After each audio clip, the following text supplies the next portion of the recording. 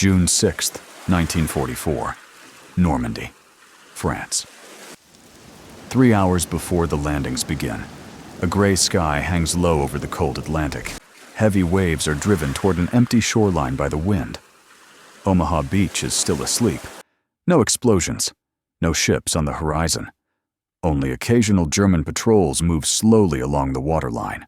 Wehrmacht soldiers smoke, talk quietly, inspect anti-tank obstacles and barbed wire. In the bunkers on the slopes above, MG-42 machine gunners stand watch. For them, it is just another tense night on the Atlantic Wall. Nothing suggests catastrophe. They have no idea that in a few hours, the bloodiest operation in history will begin right here. And then, the air above a narrow section of the beach begins to vibrate. No sirens, no warning. A dull electric crack tears through the silence. A brilliant blue flash blinds a patrol near the water's edge. Sand and stones are hurled into the air. When the light fades, 50 modern soldiers of the 21st century U.S. Army are standing on the shore. Not Marines from landing craft, not paratroopers, not a reconnaissance team, 50 soldiers, modern equipment, modern weapons, and complete isolation. No air support, no artillery, no logistics, no evacuation. They assess the situation instantly. This is not a drill. In front of them is Omaha Beach, one of the most heavily fortified sectors of the Atlantic Wall.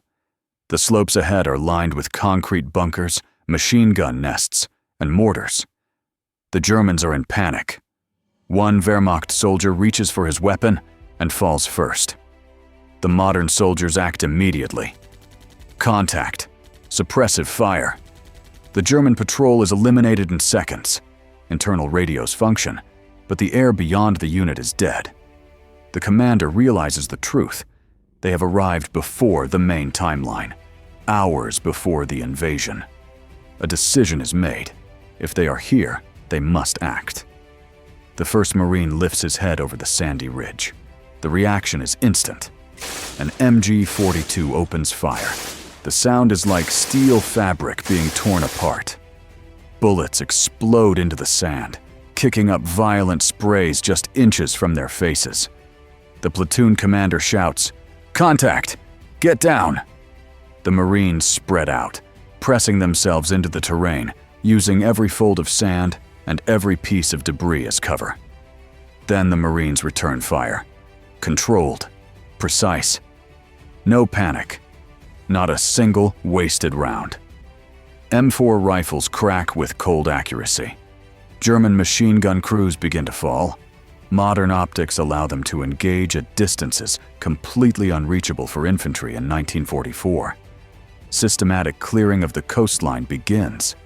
Small teams move along the beach, suppressing observation posts, destroying machine gun crews, and assaulting forward bunkers. For the Germans, it is a shock. No ships, no aircraft, just precise fire, smoke, and fast maneuver. Modern tactics work flawlessly. One bunker falls silent, then another. For a moment, the beach is under control. But the cost rises quickly. Ammunition drains at an alarming rate. Every assault consumes magazines, grenades, smoke. Wounded appear more often. Ceramic armor saves lives, but not from everything. Shrapnel, ricochets, concussions. Medics work without pause. There is no resupply, no logistics. They are fighting in a vacuum. Then the Germans recover. From the slopes and the depth of the defensive network, Wehrmacht units begin to converge. Infantry, reserves, reinforcements. The Germans understand the key fact now. The enemy is small, very small, and can be crushed by numbers. The counterattack begins. The modern soldiers hold as long as they can. They fall back to captured positions, using every fold of terrain. But ammunition runs out. Radios go silent. There is no support. The Germans advance in waves, hundreds against dozens. The battle becomes an exhausting grinder. Positions are lost one by one. By the time the first Allied landing craft appear on the horizon, almost nothing remains of the modern unit. Those who survive are killed in the final fighting or disappear into the chaos of the invasion. They were not destroyed by inferior technology. They were destroyed by sheer numbers. But their impact cannot be erased. When the landings begin, Omaha Beach is no longer the same as in real history. Key bunkers are already destroyed. Several machine gun positions are silent. The German defense is fractured. Allied forces, reinforced by troops from the United States, British colonies, and French resistance divisions, advance faster. One of the bloodiest sectors of Omaha becomes passable earlier than it did in reality. The cost is still horrific, but lower. German reports mention a strange unit that appeared before the landings and vanished without a trace. Soldiers speak of fighters with impossible accuracy. By evening, it is over. The modern soldiers vanish from history. After the war, strange shell casings are found in Normandy, ones that do not match 1944 standards. Medical reports describe unexplained wounds. Veterans whisper about a ghost unit that fought in a way they had never seen before. History shifts slightly, but forever. The conclusion is clear.